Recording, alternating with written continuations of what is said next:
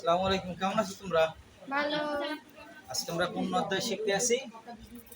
আমাদের নবম গণিত 83 পেজের কথা বললেন, নো টেনশন, কোনো সমস্যা নেই, কিন্তু বোঝার জন্য যা আছে কথা ইয়েস বলবো। স্যার।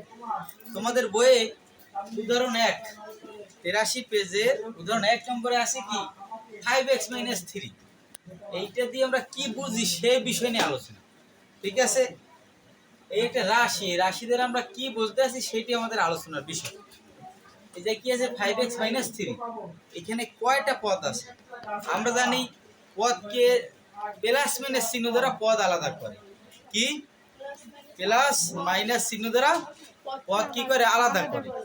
তাহলে এই যে কয়টা পদ আছে, এই যে কিন্তু 5 এর সাথে x গুণ আছে, গুণ ভাগ দ্বারা পদ আলাদা হয় না। তাহলে যা দুইটা পদ, কিন্তু এই একটা পদ একটা পদ, কয়টা পদ?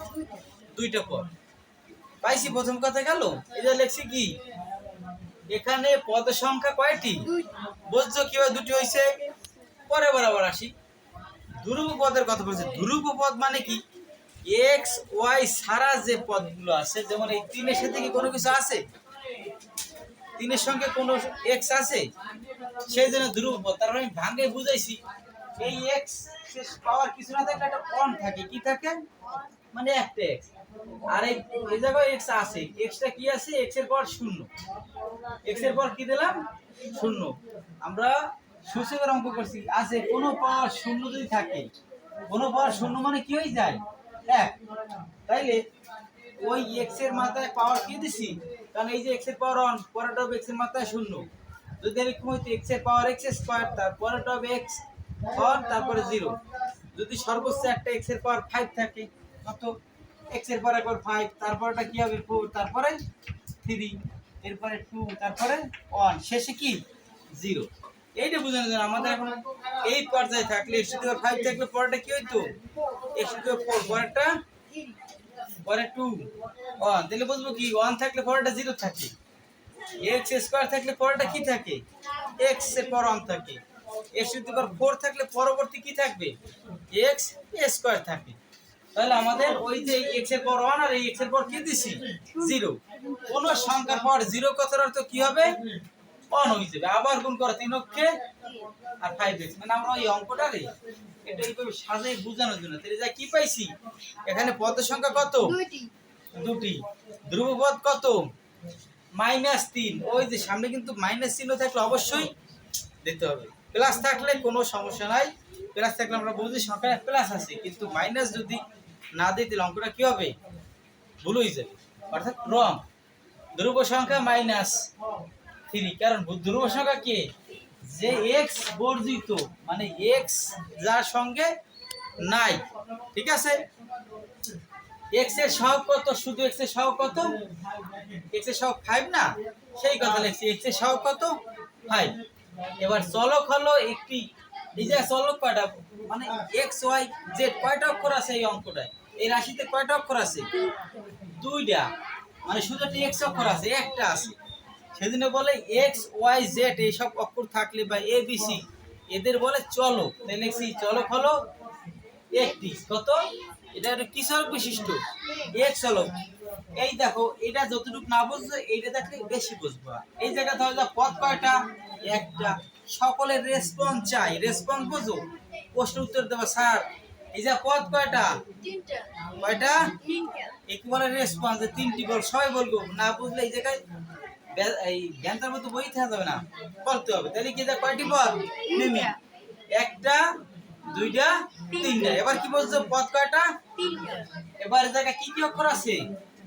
শুধু এক্স আছে না ওয়াই আছে? তাহলে এক্স ওয়াই কয়টা অক্ষর আছে? তা চলক আছে কয়টি? এবার বলছো চলক, তাহলে এর আগের অঙ্কে চলক কয়টি? Very good. এখানে চলক দুটি। এই যে পদ চলক কয়টা?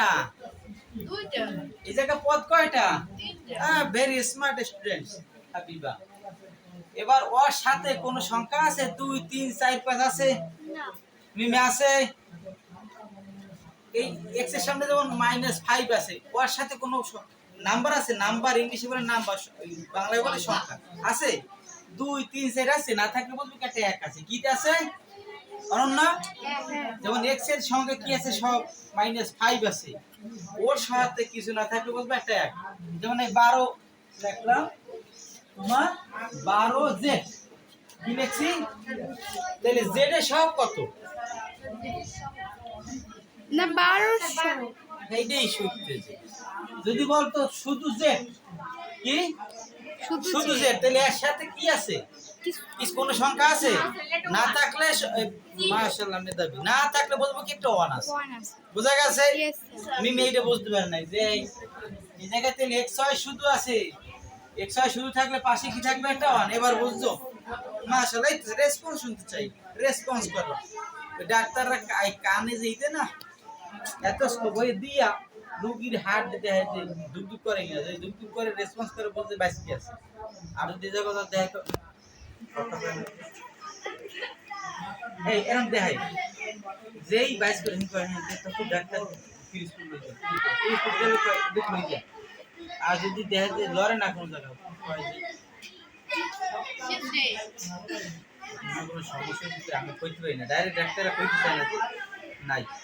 তাও যদি ওই উঠকে দাঁড়ায় না ওখানে কি মাস ডাক্তার কবে আমি বলছি নাকি এলে কিছু বলে না।